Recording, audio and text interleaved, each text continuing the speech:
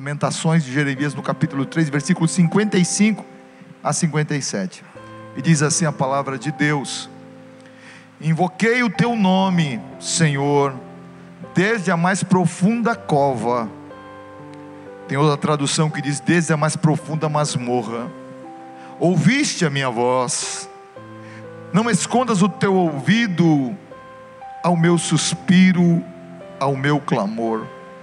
Tu te aproximaste no dia em que eu te invoquei e disseste: não temas. Amém, glória a Deus.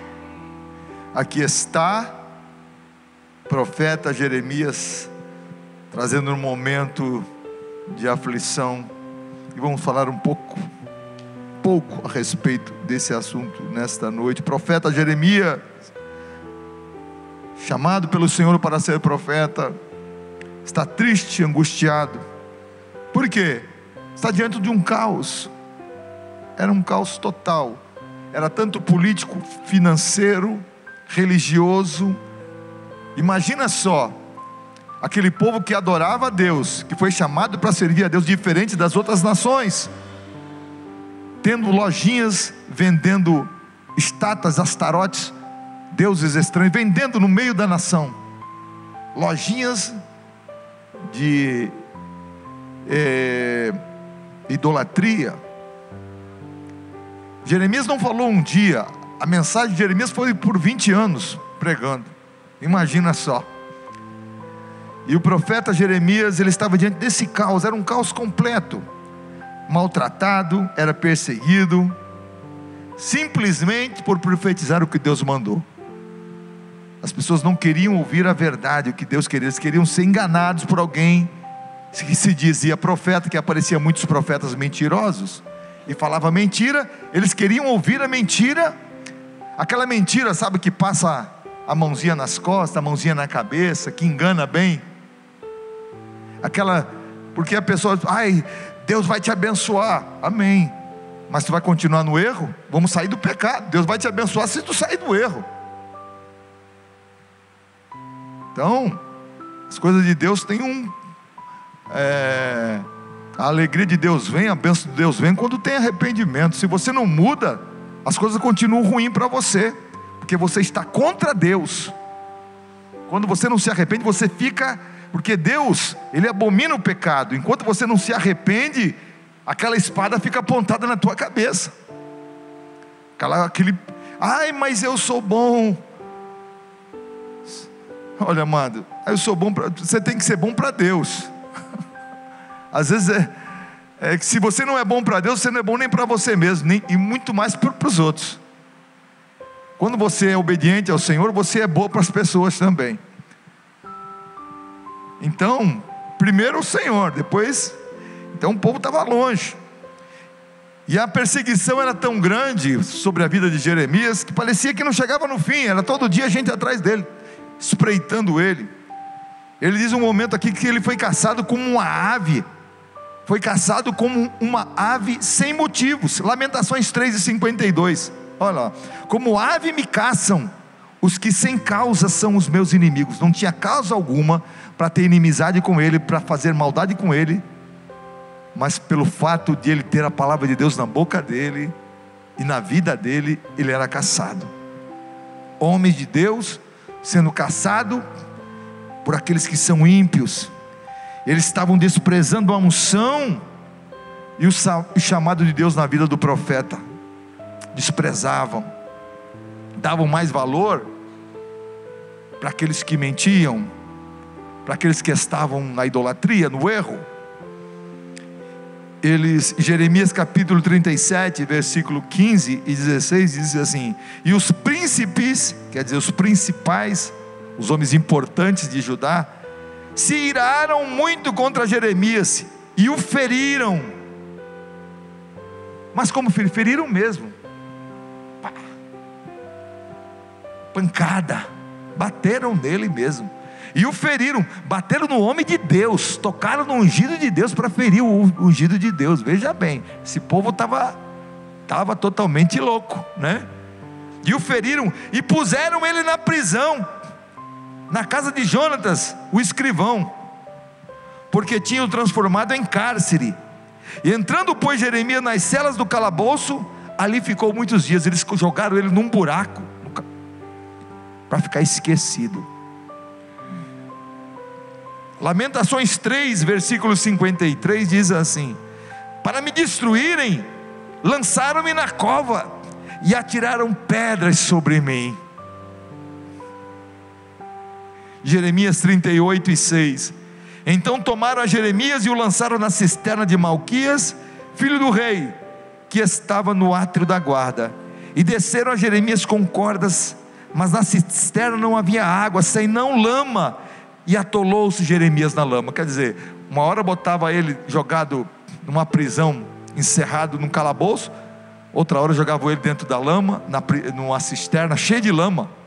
Jogaram para morrer. Era um bandido? Era um homem mau? Era um servo de Deus, era um homem que Deus amava. As pessoas às vezes, maltratar um servo de Deus é um perigo. Às vezes a conta não vem na hora, mas depois a conta vem.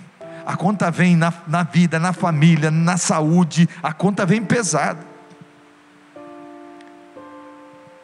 A gente, como cristão nenhum jamais deseja o mal para alguém, mas se alguém faz o mal para o servo de Deus, ele sendo inocente naquilo, essa pessoa está decretando sobre ele, se não se arrepender, um mal desencadeado sobre a vida dele. É aquilo que Deus falou para Abraão: abençoarei aqueles que te abençoarem e amaldiçoarei aqueles que te amaldiçoarem. Mas como é que é isso? A maldição que eles lançam contra nós vai cair sobre ele mesmo. Eu quero que aquela pessoa se exploda, eu quero que aquela pessoa se quebre, eu quero que aquela pessoa fique doente, eu quero que aquela pessoa, aquele mal que ele desejou vai vir tudo sobre a vida dele, porque ele está falando de alguém que foi chamado pelo Senhor. Olha só o que é um servo de Deus.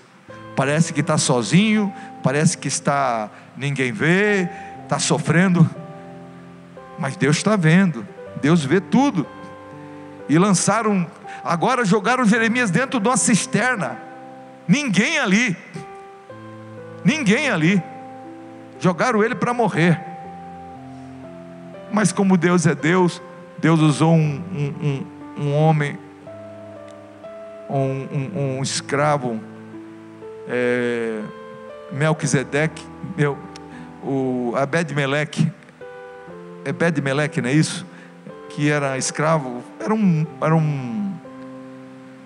esses homens que serviam as rainhas, o eunuco e um homem desse que era um servo, um escravo, se interessou: não pode deixar o homem de Deus morrer. Tu vê como é que é? Deus usou, não foi uma autoridade, usou um servo de Deus, um escravo. Deus não precisa de muito para fazer um milagre, e através desse homem, a intercessão dele foi ouvida pelo rei. Ele entrou na presença do rei, o rei ouviu a intercessão dele e mandou tirar Jeremias do poço. Quando Deus quer usar, amado, fazer milagre, não precisa, precisa de alguém importante, precisa acontecer isso. Quando um menino adolescente como era Davi, mata, destrói, coloca por terra um gigante. Deus não precisa, Deus precisa de pessoas que se coloquem nas suas mãos para fazer a obra. Glórias ao nome do Senhor. Era tanto sofrimento e humilhação da parte dos homens, que o próprio profeta, quando viu, sabe aquela pessoa que é chutada, desprezada, ele pensou que a morte seria melhor para ele. Olha só que ele, em Jeremias capítulo 20, versículo 17 e 18, ele diz assim: quem me dera eu tivesse morrido no ventre da minha mãe, e o seu corpo tivesse sido a minha sepultura, quer dizer, tivesse morrido no ventre dela, porque eu nasci, toda a minha vida é apenas sofrimento, tristeza e vergonha. Às vezes o cristão, ele se lamenta, e às vezes fala até algumas coisas que não é para falar, mas é o sofrimento que está sobre ele. Por quê? Nasci para sofrer? Por que acontece isso comigo? Constantemente os homens conspiravam contra a vida de Jeremias, pessoas em volta dele.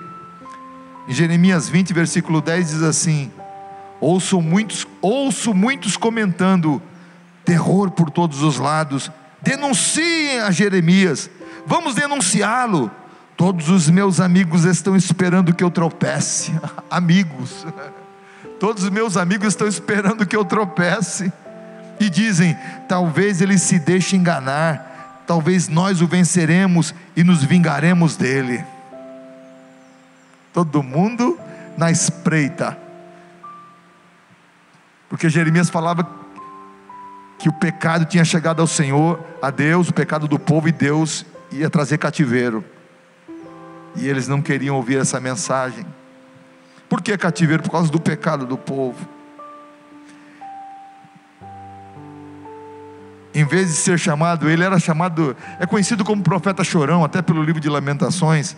Mas em vez de ser chamado de um profeta chorão, ele foi realmente um profeta forte. Não tem nada de chorão não, mano. Para aguentar isso aqui e não desistir, tem nada de chorão. Esse homem era valente, era muito forte. Ele era muito forte. Ele não desistia. Aleluia. Ele não era chorão, ai, fica só no choro. Ele era valente.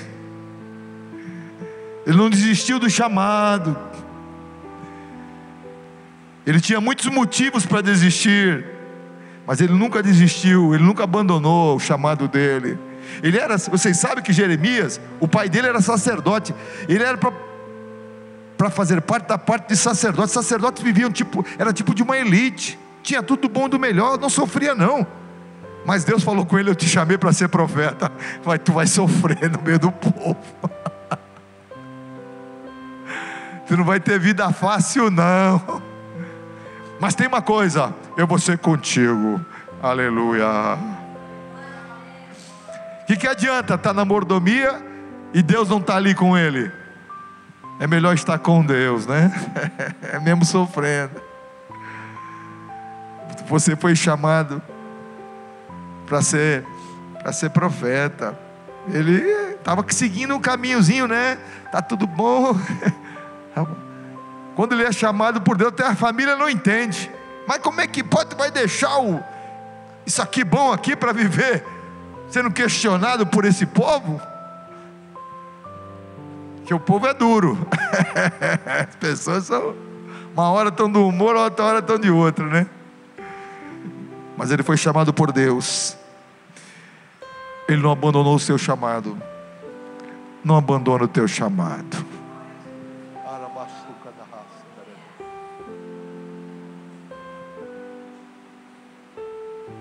Não abandone o teu chamado. Não abandone o barco. Você vai chegar. Você vai chegar. Você vai chegar do outro lado. Você vai chegar. Não abandona não o barco. Você foi chamado pelo Senhor. Pastor, mas é muita pedra, é muita dificuldade, é muita humilhação. Segue em frente. É melhor estar com o Senhor na humilhação, sofrendo, do que não passar por esse sofrimento e estar sozinho. Porque lá no final tu vai ser recebido pelo Senhor. Aleluia. Não desiste do teu chamado. Aleluia. Porque o sofrimento faz isso. O sofrimento faz a pessoa desistir daquilo que foi chamado. Mas Hebreus diz que para o ministério é uma honra que não é para todo mundo, é para aqueles a quem Deus escolheu. Está escrito em Hebreus. Então não desiste do teu chamado, segue em frente. Aleluia. Segue em frente. Aleluia, aleluia, aleluia. Deus está aqui entre nós, o Espírito Santo está aqui. Glória a Deus, glória a Deus, glória a Deus, glória a Deus. Enquanto eles estavam maltratando ali e humilhando o profeta Jeremias, sabe o que estava acontecendo? O cativeiro estava chegando a 1000 por hora. Enquanto faziam mal para o servo de Deus, o inimigo, os caldeus, os babilônios estavam se aproximando. O cativeiro estava se aproximando. Tu mais faz mal para aqueles que servem a Deus, o mal vai chegando mais rápido, vai bem a cavalo.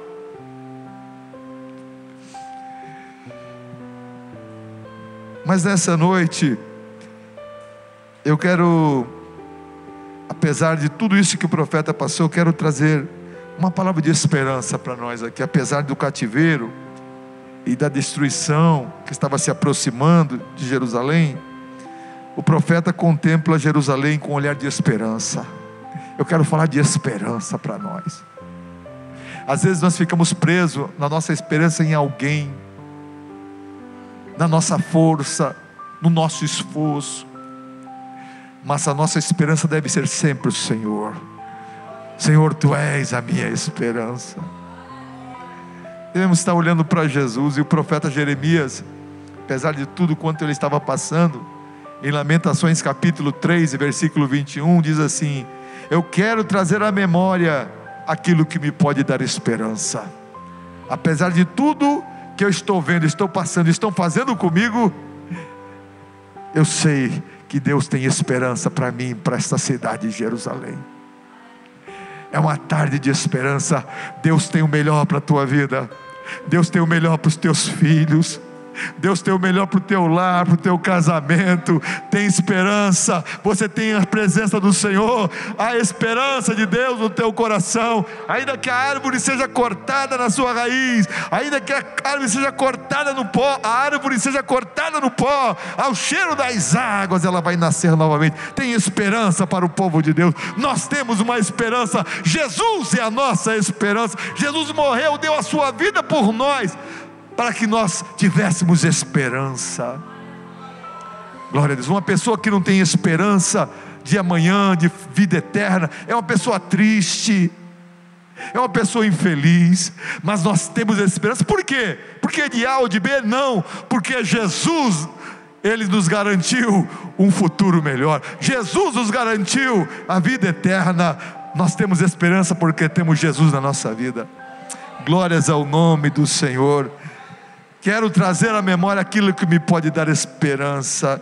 Glória a Deus. Em Jeremias capítulo 29 versículo 11 diz assim: porque eu bem sei, olha Deus falando muito tempo atrás, eu bem sei os pensamentos que tenho a vosso respeito, diz o Senhor, que são pensamentos de paz e não de mal, para vos dar o fim que esperais. Apesar de tudo que estava acontecendo, Deus estava dizendo: eu tenho coisa boa para você lá na frente. Aleluia. Deus queria que só entra pela minha presença, só entra pela minha vontade, pelo meu caminho. Aleluia. Entra debaixo da obediência, que tem um futuro certo para você. Glórias ao nome do Senhor. Pela fé, o que é que pela fé Jeremias viu? Ele até pronunciou na própria palavra. Ele viu um tempo de cura. Jeremias 33 e versículo 6: eis que eu trarei a esta cidade que ia ser assolada, queimada, destruída, eu vou trazer saúde e cura para esse povo, e os sararei, e lhes manifestarei a abundância de paz e de verdade. Glória a Deus. Glória a Deus. Mas eu não vejo futuro para os meus filhos, eu não vejo futuro na minha família. Aleluia. Deus está falando de um tempo de cura. Deus tem um tempo de cura, e esta noite é noite de cura para os nossos corações. Glória a Deus. Eu, pela fé, Jeremias estava vendo um tempo de cura. Levanta a tua mão comigo e diz: Senhor, traz um tempo de cura na minha vida, no meu casamento, da minha família, na vida dos meus filhos. Traz um tempo de cura para esta nação. Eu te peço em nome de Jesus. Aleluia. Essas palavras não eram inventadas, era a palavra de Deus. Se Deus está falando que vai trazer um tempo de cura, é porque haverá um tempo de cura para os seus filhos. Como seria esse tempo de cura? As feridas do cativeiro seriam curadas, porque o cativeiro deixa muita ferida, o sofrimento deixa muito machucado, muitas feridas. O sofrimento te deixa, às vezes você passou, mas você fica lembrando: olha, mas eu estou lembrando disso, não posso esquecer. Mas o Senhor está dizendo: eu vou curar essas lembranças amargas que passaram com você. Eu vou trazer cura na tua alma, eu vou trazer cura na tua família. E você não vai se lembrar desse tempo não com tristeza, mas você vai se lembrar: eu era de uma maneira, mas Deus mudou a minha vida, Jesus me curou. Aleluia. É um tempo de cura. Deus tem um tempo de cura para a tua família, para os teus filhos. Deus tem um tempo de cura nesta nação. Glória a Deus. As feridas do cativeiro seriam curadas. Mas não dá para esquecer, pastor, as pancadas. Fica assim, você não esquece, fica na tua memória. Mas as bênçãos de Deus são tão maiores que você não vai se lembrar mais do sofrimento. Aleluia. Quando a bênção de Deus chegar, você não vai se lembrar mais do tempo da tua dor, do tempo do teu sofrimento. Você não vai se lembrar mais do tempo da doença. Não, mas eu passei por isso, mas eu quase morri de Covid. Mas quando o tempo de cura de Deus, quando chega, vem curando as dores do cativeiro. Jesus cura, e Jesus é o mesmo. Aleluia. Quando a bênção chega, a tua fé é renovada. Aleluia. Você não fica mais, mais lá atrás. Não, a bênção foi maior. A restauração foi completa. Você pode dar um glória a Deus? Glória a Jesus. Jeremias também via pela fé, sabe o que? Um tempo em que o cativeiro seria removido. Aleluia. Removerei, Jeremias 33:7. Removerei o cativeiro de Judá e o cativeiro de Israel, e os edificarei como no princípio. Deus está falando que ia remover o cativeiro. A Bíblia diz que quando Jó orava pelos amigos, Deus removeu o cativeiro dele. Diz os historiadores que o sofrimento de Jó demorou por 1 ano. Tanta coisa num ano só, né? Meu Deus. Mas Deus virou. E assim como Deus virou o cativeiro de Jó, Deus também vira cativeiros na nossa vida. Glória a Deus. Glória a Deus. Era um tempo que o cativeiro ia ser removido. Era um tempo que Deus ia tirá-los do cativeiro da Babilônia, que eles foram levados para longe da sua terra. A terra ficou destruída, queimada, os muros destruídos, queimados, os templos derrubados. Mas Deus estava dizendo: eu vou trazer vocês de volta. Vocês vão edificar os muros, vocês vão levantar as portas, vocês vão edificar o altar, vocês vão levantar novamente o templo. Aleluia. E a glória desta última casa será maior do que a da primeira. O tempo novo de Deus será melhor daquele tempo que foi de dor. Aleluia. Glória a Deus. E é interessante que Deus usa o rei Ciro. Ciro era persa, para trazer de volta do cativeiro o seu povo. Mas o Ciro, a Bíblia chama Ciro de meu servo, meu ungido. A Bíblia vai ver em Isaías 45 ali. Deus chama o Ciro de ungido. Deus pega às vezes um homem estranho, que não tem nada de Deus, e faz ele fazer a vontade do Senhor. Isaías 45:13. E eu despertarei em justiça. 45:13 de Isaías.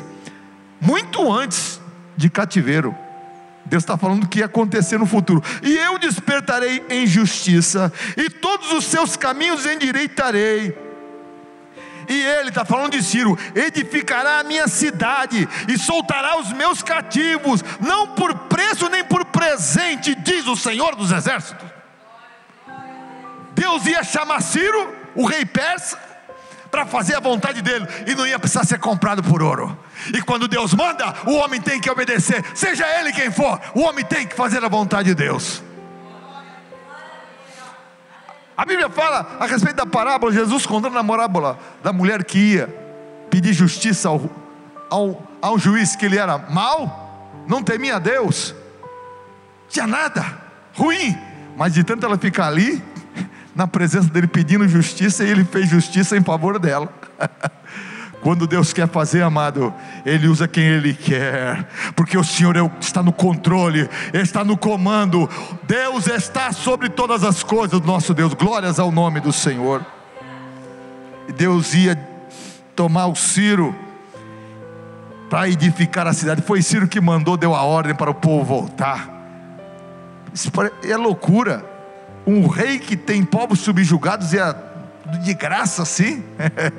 Mas quando Deus manda, aleluia, os homens têm que obedecer. E Ciro, ele sabendo dos escritos que havia a respeito dele, antes mesmo dele nascer, ele, peraí, Deus já falava a meu respeito, eu vou fazer a vontade dele. Glórias ao nome do Senhor. Aleluia. Sabe o que isso mostra? Que Deus é o Senhor, está no controle de tudo. Glória a Deus. Às vezes nós ficamos preocupados, mas vai acontecer. Amado, a nossa vida não depende de A ou de B. A nossa vida está nas mãos de Deus. É Ele que nos sustenta, é Ele que nos alimenta, e vai estar conosco até o fim dos nossos dias, ou até o momento em que a trombeta vai soar e os mortos vão ressuscitar, e nós os vivos, junto com aqueles que ressuscitaram, iremos nos encontrar com o Senhor nos ares. Glória a Deus. Até lá, meu irmão, o Senhor vai estar com a gente. Então Jeremias via esse tempo de cativeiro removido. Glória a Deus. Pela fé o profeta também, ele via um tempo de perdão, um tempo de purificação. Jeremias 33:8: e os purificarei de toda a sua maldade com que pecaram contra mim, perdoarei todas as suas iniquidades com que pecaram contra mim e com que transgrediram contra mim. Um tempo de perdão. Aleluia. Sabe que tempo era esse? Era um tempo que o filho ia se reconciliar com o pai. Glória a Deus. Quando o filho pródigo, a parábola conta do filho pródigo, que ele vai embora, larga o pai, larga a família, vai, leva a sua herança, gasta, faz de tudo e tal, fica na pior, e ele se arrepende e voltarei para a casa do meu pai. O pai já estava aguardando ele para a reconciliação. Quando o homem se arrepende, os braços de Deus sempre estarão abertos. Sempre estarão abertos. E Deus está falando aqui, um tempo de perdão e de purificação. Purificarei toda a maldade que pecaram contra mim. 70 anos de cativeiro serviu para refletir. Às vezes passamos por alguma provação, e as provas que passamos é para refletir. Sabe, aquela reflexão, isso aí não posso fazer mais, esse caminho não posso mais andar, eu não posso fazer. Você tem que fazer uma reflexão. Não, isso não é bom. Eu quero um tempo novo com Deus. Eu quero um tempo novo com o Pai. Quando o filho pródigo se encontra com o pai, sabe o que acontece? O pai corre para a direção dele, o abraça e o beija.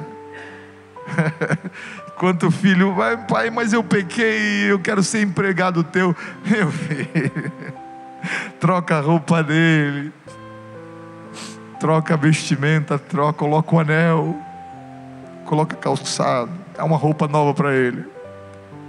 Esse filho estava morto e reviveu, estava perdido e foi achado. É um tempo de reconciliação. Aleluia.